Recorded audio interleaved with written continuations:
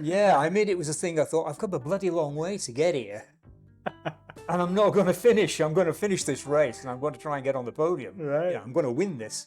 So Amazing. Yeah. that was in my mind. Yeah. Yeah. And I think, the adrenaline's going, isn't it? Yeah. Everything's going around you. So the guy who knocked me off the bike, he says to me, "Are you okay?" And I just said, "Yeah." I didn't even speak to him. I wasn't interested. I just said, "Yeah." I got back on the bike, and then I realized that I couldn't use my right arm. Yeah. So the handlebars had come in, the brakes were in, and so it was really difficult to change gear as well as brake. But you just do it, you get on with it and do it. And that's...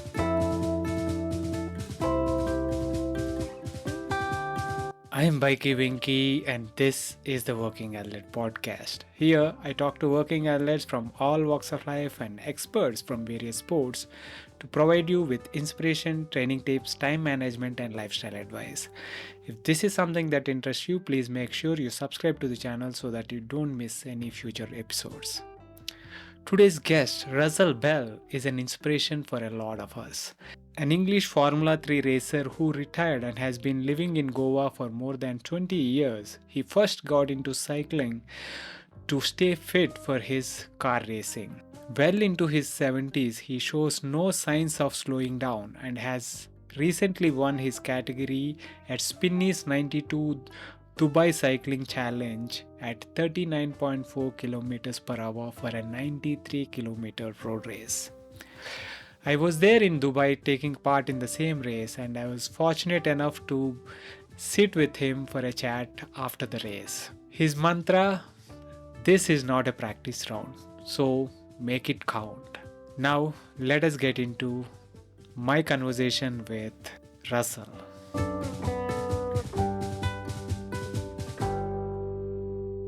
Hello Russell, how are you doing today?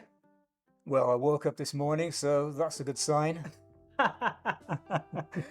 But I think you did a little more than just waking up. You just won a race today. Yes. Here we are sitting right after the race in Dubai, where you won your category. Yep. Quite convincingly, I might add. But before we talk about that, you have a bit of history with this race. I certainly do, Let's yeah. start there. Yeah. Yeah. Well, so it was unfinished business today. I had to come back and win because obviously the last time I raced was in 2017, and unfortunately after 10 kilometers I was hit from behind and went down and finished up with a broken collarbone. Yeah. So I had to ride the rest of the 70 kilometers with one arm and a broken collarbone. Couldn't drink, couldn't even handle the bike properly, and finished third. You were basically riding with one hand. Yeah. You cannot take the bottle out of the case because That's right. whatever good arm you have, you were using to basically steer the bike. Yes. And you couldn't use the other hand to lift a bottle. Yeah. So you finished still Yeah. with a broken collarbone. Yeah. And you finished the race at 35, 36 kmph. And Yes. you finished Yeah. third in your category Yeah. still. Yeah. I don't have words to. Yeah, it was strange because I was looking for guys with the same color number. Yeah. And then this one guy came past me and I latched onto his wheel. Right. So when we got to within about 15 kilometers, I thought, I'll stay on this guy's wheel and then I'll out sprint him over the line. So I tried to get out of the saddle and the pain was horrendous. Yeah. So I got back in the saddle and then we went on and we got to something like around about 6 kilometers from the end. And I tried again to get out of the saddle. And this time it was pretty much the same. But I thought to myself, well, you've only got to get out of the saddle for 10 seconds. You can put up with 10 seconds. So when we came into the stadium, because it was a different setup. Yeah. It was finishing and starting in the F1 circuit. And we came into the circuit and this guy was in front of me. And I just got out of the saddle And I sprinted past him on the line, you know, to beat him, thinking I'm going to finish second. But the problem was I couldn't hold on to the bars to uncleat because I was struggling Yeah. to uncleat because I thought I'm going to crash again here. Yeah. And I came past, and fortunately there was a couple of guys there. They got hold of me Yeah. because I was blooded. I had all blood over my face and my legs and my arms, and that was it, you know. And I could tell straight away because I felt it, you know. And then the I think it was the medics came and they had a look at me. They put some ice on it, and I thought, well, it's not going to do any good. This Yeah. ice isn't going to do. I know what I've done. Right. You know, sometimes when you go down and you get a little bit of a bang on the shoulder, you know. But in this case, I knew it was a lot more serious than that. Yeah. Yeah. So yeah, a little bit annoyed, and that was it. So today came back with one intention. Before we get into today's, let me just add to people who don't understand what collarbone fracture can do to you. I recently had one, and in a race I crashed and broke the collarbone. Yeah. I couldn't move an inch from there because it was super painful, right? Yeah.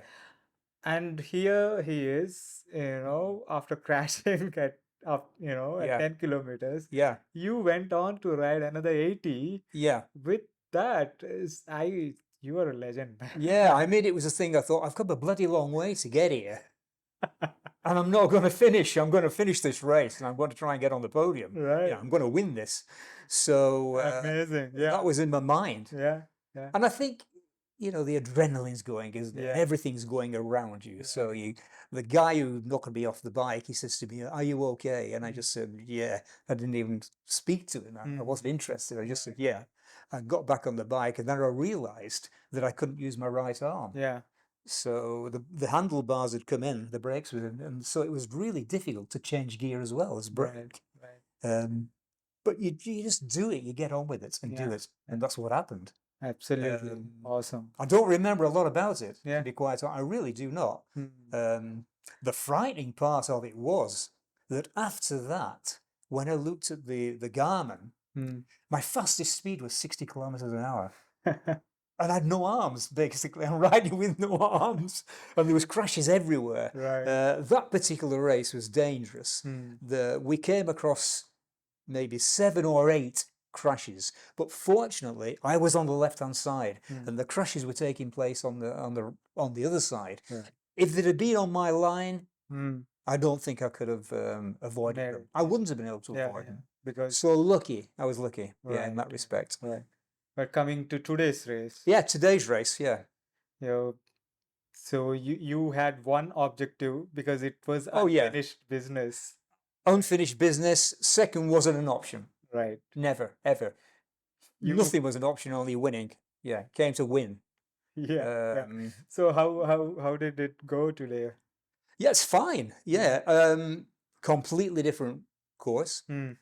I thought it was better. Yeah. More turns, more roundabouts, whereas before it was reasonably straight. Today I found it, yes, quite windy, wasn't it? It was started to get a little bit windy and into those headwinds. Yeah, it wasn't easy. Think I averaged in the region of about 39.56, somewhere in that region. Yeah, fine. I didn't have any issues with anybody. Kept out of the way. Yeah, it was a good race. Awesome. Congrats again. And congrats to you as well. Thank on you. your first race in Dubai. Yes. The surface, what these guys won't understand is that the surface here is just like riding on a marble floor. Right. It's beautiful, isn't it? It's so it's smooth. It's wide quality. And 4-lane highways. Yeah. So yeah, everything about it. The roads are closed. You're on good roads. People are shouting. They're saying things. Yeah. And, you know, if you're coming across a speed bump, people are telling you, and one thing or the other.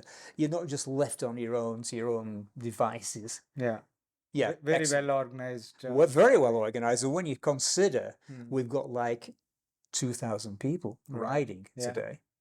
Um, Yep. there was a crash, wasn't there? There was a couple of crashes in our group. Yeah, but nothing serious, thankfully. No, Yeah, and we got out of it. and we got You away know. from it. Yeah, We yeah. got There's away always from it. crashes. Yeah, I mean, this is a dangerous sport. You know, it's a very dangerous sport. It's not a game. yeah, A game's playing football or you're playing table tennis. You know, that's a game. This isn't a game. yeah. This True, is serious. true, Road cycling is serious. true, true. Um, All right, so congrats again. Let me go back and jog your memory a little bit and talk about how, what was your relationship with sport, growing up? yeah, I think like a lot of kids, I always had a bike. Hmm. From from the very early age, I remember my father running at the back of me, holding the saddle. I must have only been about 7, and then I remember him saying to me, "Right, you're on your own. You're on your own." So I set off, and there was a lamp right on the other side of the road, and I went straight into the lamp, and that was my first experience, Yeah, of cycling. yeah. And then I kept cycling, yes, and then I started to take it up more seriously for fitness because all the guys that I was with at that time, they all started to ride bikes. And I thought, yeah, this is interesting, this. And started to ride bikes and to get fit because the sport that I was in at the time, fitness again was very important. Yeah, the sport that you were in at that time Yeah. also involved racing, Racing, yeah, right? yeah. You were Formula 3 Formula racing. 3 car, yeah, So let's talk a little bit about that experience. yeah. Obviously, uh, racing spirit is Yeah. still live and kicking in you. Yeah. It's funny Yeah, because when you said to me, yeah, today, yeah, when I finished racing, it was so difficult. yeah, It was like it was a drug, yeah. and I was struggling. I wanted to get back in the car and get back in the car, and for 2 years I really struggled with myself. I never watched any Formula One on the television. I couldn't watch it. Mm. I never went to a circuit. I couldn't go. I just kept away to try No, to get it away from my mind, but it's so no, difficult. before giving up, you did a race for quite a few years. How many years did you race? About 8 years, 8 or 9, 8, That's a around lot of 8 years. Yeah. yeah. And it was, I would have raced longer, but it's a very expensive sport. Hmm. And How that did was in the 80s, it was expensive. how did you get into that though? Stra- um, I was always involved. I always liked cars. I always had good sports cars, Hmm. fabulous sports cars. I was lucky. Hmm. And I fancied racing. I wanted to start racing. So I went to a racing school. And in the UK, you could go to a racing school and you would start right from scratch, and they would take you through the course, and then you would start racing. And Hmm. they would have their own races. And I started that way. And then I bought my own car. Mhm. I bought a Formula Ford 1600, and then I moved on. How old were you at that time? I would think 30, 30-ish. Yeah, about Right. 30. Yeah. So you were working Yeah. something, and then it was like more of a passion kind of thing, was It it? was, yes. I know one thing before I did get some sponsorship. It took all my money Mhm. and my father's. Mhm. But my father used to come with me. It was fabulous. Yeah, we had a great time. Great time. No regrets. Right. It was wonderful, wonderful. Yeah. So you to kind of get fit to continue racing, Yeah, you yeah, you got into cycling. yes. A lot of the guys started to get fit and started to get bikes Hmm. and road bikes. And we used to ride around the circuit. Right. Which was always good, Hmm. especially if it was a new circuit. You would ride around it and find out where the turning in points would be, where the apex would be, and where you want to exit the corner, where your changing points would be. And we did that, and there's a lot of camaraderie with the guys. Right. There'd be something like about 15 of us at the finish, Yeah. but it was good fun. Yeah. It was never competitive, Mhm. but we did enjoy it. yeah, it was great. And that's how I got into it. So when I finished, I carried on cycling, Hmm. which in Did England is not you easy because of the weather. right? So you said you struggled when you retired from Yeah, I did. Yeah, motor racing, very right? much so. Do you think that cycling kind of helped you cope with it in any way? Yeah, it did, but like I said, the weather was always an hindrance in England because even the summers were wet, Right. but so what I did do, I started going to the gym and I did step aerobics Mm-hmm. 3 nights a week and Okay. did a little bit of light weights, just to take my mind and occupy my mind Mm-hmm. because with being in business as well, I needed to get the business out of my mind and think and just go and enjoy it and do that. Right. And it worked. It worked very well. And then in summertime, I started racing. I Mm. was racing in summertime, which was really good. Yeah. Really Now good. instead of Formula 3 racing, Yeah, it was started went on bike the two racing. wheels on Yeah. two wheels with the bike. Yeah. And now when you think back about the bikes compared to what they are these days, dear Right. me, Yeah. So what was your first bike the like? Coventry Eagle, Uh-huh. the first bike was, yeah. Was it a It, steel frame or alloy? it was a steel frame, Yeah. yeah. And And the downtube shifters shifters. shifters on the downtube, Yeah. yeah. And it was a triple. Wow. Yeah, Yeah. yeah. The classic. It was a fabulous. It Go was a on, good go on. bike. Yeah, it was a good bike. Yeah. Yeah. And then obviously things started to change, and Mm. they started to. There was no such thing as Shimano. Right. It was all Simplex. Mm-hmm. That was and also Campagnolo. That Yeah. was the older one. Yeah. And which was the other one? There was one more as well. I can't just think. Which was just before Shimano, Mm-hmm. and that's how we started. Yeah. Right. So how was the racing scene there around that time? How was were you primarily doing TTs, or were there road racing and stuff? Yeah, TTs were very popular Mm. because you In could the do them UK. on a Tuesday night. Mm. They always used to do them on a Sunday morning or a Saturday morning, and most of the time during the summertime they would do it on a Tuesday night as well. Mhm. And you could, yeah, you'd go to any bypass throughout the country and you'd see everybody there on a Sunday morning with a number pinned on, and you'd see them probably in minute intervals and so forth. And yeah, it was there were no such things as TT bikes, they were all road bikes, Right. you know. There were no TT bars as well at No, it this was time, nothing like that. just No, it was just a road yeah, bike. what we now call as Merc style Yeah, TTs, yeah, right? yeah, Yeah, yeah. yeah. But it was great. It was Mm. good fun.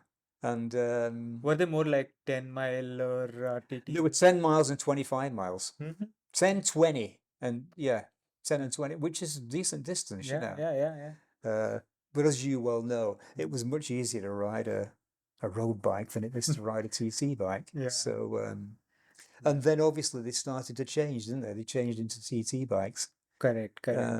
Over a period of time. So now that was quite a few years ago. Yeah, a long time ago. Long time ago.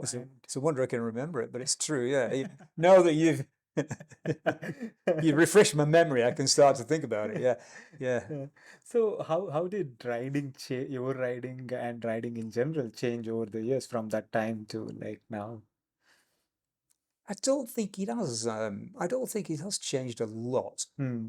It's I don't feel that it has. yeah. It must have You changed, still obviously. enjoy it the Oh same yeah, way. yeah. I still think I ride something similar position-wise and everything-wise to what I used to do. Yeah, Mhm. I think. Yeah. But The bikes yeah, have the down to shifters have become electronic shifters, yeah, and yeah, the steel bikes have become carbon bikes, more or yeah, less, much faster wheels. yeah. But you and your joy on the bike remain more or less the same, I Oh think. yeah, Yeah, yeah, yeah, yeah. awesome. I mean, some of these guys who were pretty good on the old-fashioned bikes with the downshifters could change with the knee. Yeah, wow. Yeah, yeah. Change it down with the knee. It was Interesting. there's some really some Talented characters around. Yeah. Yeah, that's and amazing speeds as well. Yeah. Really amazing speeds. Absolutely. Yeah, very strong guys. Mm. Very strong.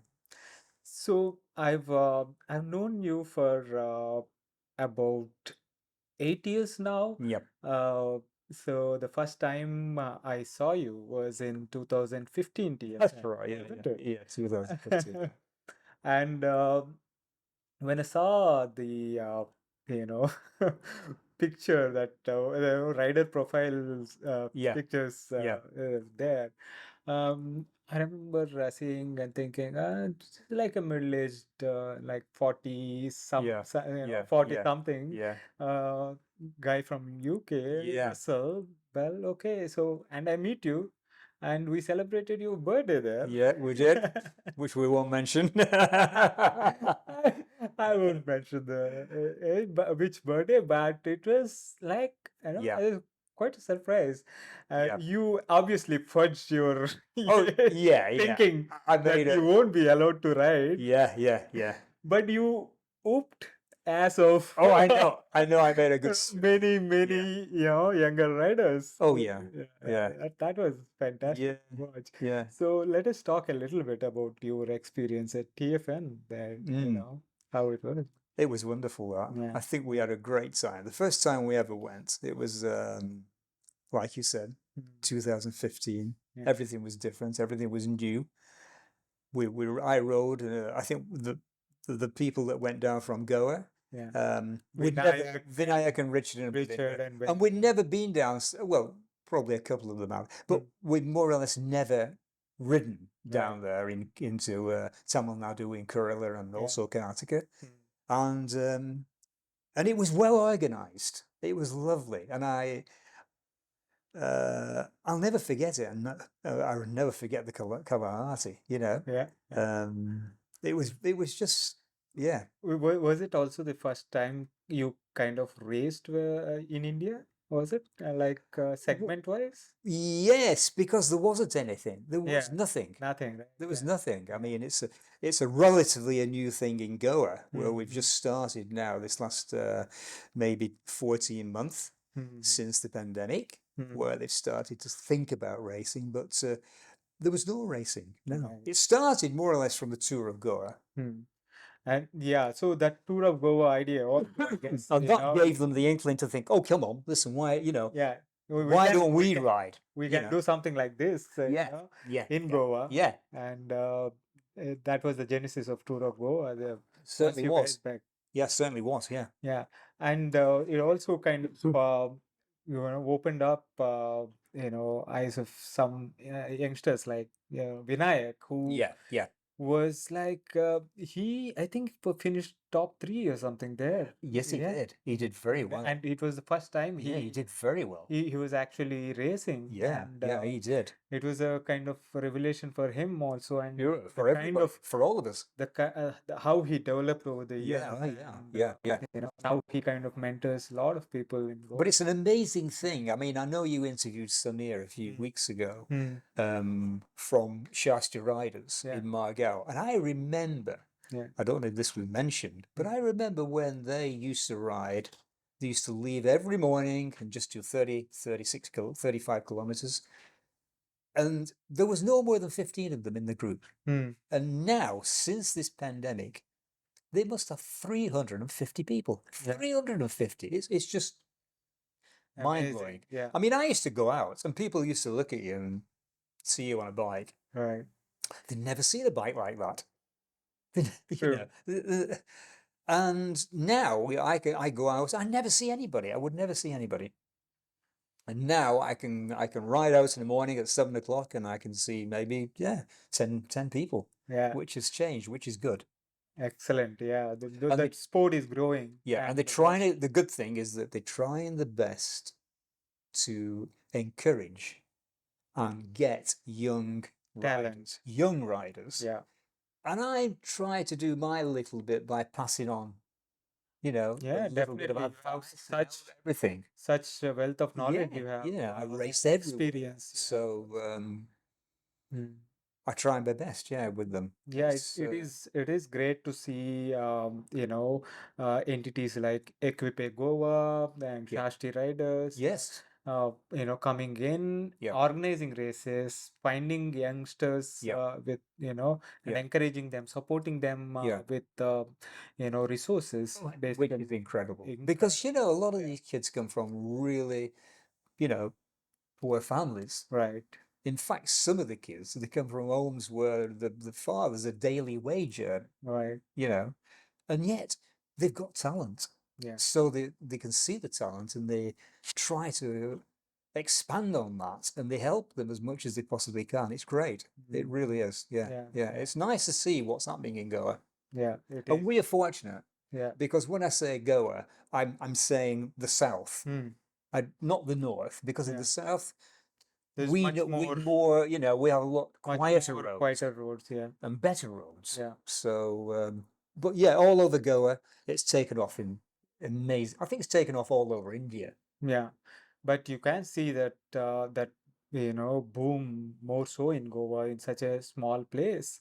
The numbers are much bigger, getting much It's bigger. incredible. Yeah, It yeah. really is. So I'm sure more and more young talent will come up. Oh yeah, Yeah, sure, yeah. for sure. Yeah. But coming back to your cycling, we have met in TFN Yep, 2015 first time, yep, but since then we have done yeah. many rides together. Tour of Uh, Thailand. the tour of friendship, Yeah, yeah, yeah, yeah, tour of Bintan, yeah, a couple more TFNs, yeah, and yeah, yeah. uh, it is always incredible for me to watch you ride. There is never anything negative coming out of you, and the way you ride with the positive outlook, Yeah, you have on the on and off the bike. yeah, It's amazing. yeah. The way you ride, you remind me of all these youngsters. I know. You know, Strange, isn't it? I don't know what to say, but yeah. thank you. Yeah, yeah, Yeah, you're amazing and such an inspiration, yeah, Russell. thank you. But let us talk a little bit about, what are some of your favorite places to ride? Um, I do like riding in France. Mm-hmm. I like riding in France for the simple reason that it does need a little bit of getting used to. I remember going back to something like 2014. I was riding down the road, and all of a sudden there was a car came up to the junction, and I thought to myself, just hold on, slow down, slow down. This guy's going to come out. And then I thought to myself, hang on, you're in France, you know. And when they pass you, they always give you 1.5 meters, Right. always. Yeah. And that's so nice, and everywhere you go, everybody cycles, Mm. and the countryside is beautiful. It's Yeah. fabulous. It's Yeah. fabulous. But Italy's the same. But it is special. France is special, especially when you get in the Alps. Mm. Uh, I do like France. Spain, Mm-hmm. yeah, Spain is fabulous. Mallorca is wonderful. Italy, Yeah. yeah, Italy as well. I Mm. think those three places. I mean, I've never been to any of these countries, like in Slovakia, Mm-hmm. Slovenia, Estonia. Mm. I've heard it's beautiful, Right. beautiful. Yeah. Um, but you've got so much flexibility where even in the winter time, Mm. okay, when you're down on the Costa del Sol, which is Marbella in Spain, it can be quite pretty wet. Right. And then you just go over the border, you're into Portugal on the Algarve. Okay, it can be wet and dry, but if you want to go to the islands, you can go to Gran Canaria, Tenerife, or Lanzarote, which is more or less on the African coast. Mm-hmm. And the weather's absolutely perfect, So and the roads are good. Yeah. So yeah, you've got plenty of places to go to, in Europe. Absolutely. It is nice. Right. So now, you've been riding all these years. Yeah. So, what are some of the tips you would give, as youngsters, to do well? I think sometimes a lot of people, you see, when I was brought up on feel. Hmm. I wasn't brought up with art monitors and power meters and Yeah, Garmin's. It was feel. And I think these days people are obsessed by power numbers and looking at the power meter all the time. right. So I would say to them to just go out and, enjoy themselves, keep their heads up, keep their eyes open. And if you want to start looking at power meters and heart rate monitors, do it on the trainer in Mm-hmm. your house. Mm-hmm. But on the road, you can't do it. Right. You can't do it. You can't start doing intervals on the road when you're coming up against 3 cars coming across the road, or somebody's overtaking you on a scooter, or you come to a junction. It's too dangerous. Right, right. You That's need, the only thing I would think. And don't overtrain. That's the Mm. big problem that a lot of them have. Mm. They don't realize that they've got to be on the bike all the time. You need to rest. The body's got to recover. Right. They don't So overtrain and, don't overtrain. go by the feel, Yeah, be attentive while you are on the road. absolutely. Head up, eyes open. Yeah, yeah. Simple. Simple. It is. It really is. You can't, when you're riding, you can't start looking around and seeing what, you can't do that because all of a sudden a dog can come in front of you or people. Mm. Where I live, you can guarantee it's the buffaloes and the dogs. You can more or less guarantee what they're going to do. The people and the pigs, they just walk across the road straight in front of you. The people, they don't use their eyes, they use their ears. Yeah, If they don't hear anything coming, they walk. right. Yeah. And they walk, and then they get to the center of the road and they look if anything's coming. And they think it's only coming one way. They don't realize it's coming this way as well. Yeah. Yeah. So, things like that. Yeah, it's Yeah. You need to be careful, safety first and predominantly. very much so. It's becoming more and more dangerous. One thing that I would say to everybody: Mhm. make sure that you've got a real light. Yeah. Yeah. Doesn't matter what, but make sure you've got a light on the bike so that people can see you 500 meters or even 1,000 meters away. A good quality bright light. Yeah. It's so important. It is. Yeah. Excellent, Russell. Thank you so much for, Yeah. doing what you do and Yep. being an inspiration for all of us. Your passion and your positivity, it is amazing. We all look up to you, and we are so proud to call you, a teammate and a friend. Yep. Amazing to have you as Yeah. our inspiration. Thank you very much. Thank you very much for taking the time and sharing your experience with the Working Athlete podcast. Yeah. And I'll tell you one thing, guys. Listen, this isn't a practice round. Don't forget that. This is for real. Yep, you are living it. Doesn't matter what happens afterwards, but this is for real. Excellent. Thank you, Best Russell. wishes. Yeah. Thank you.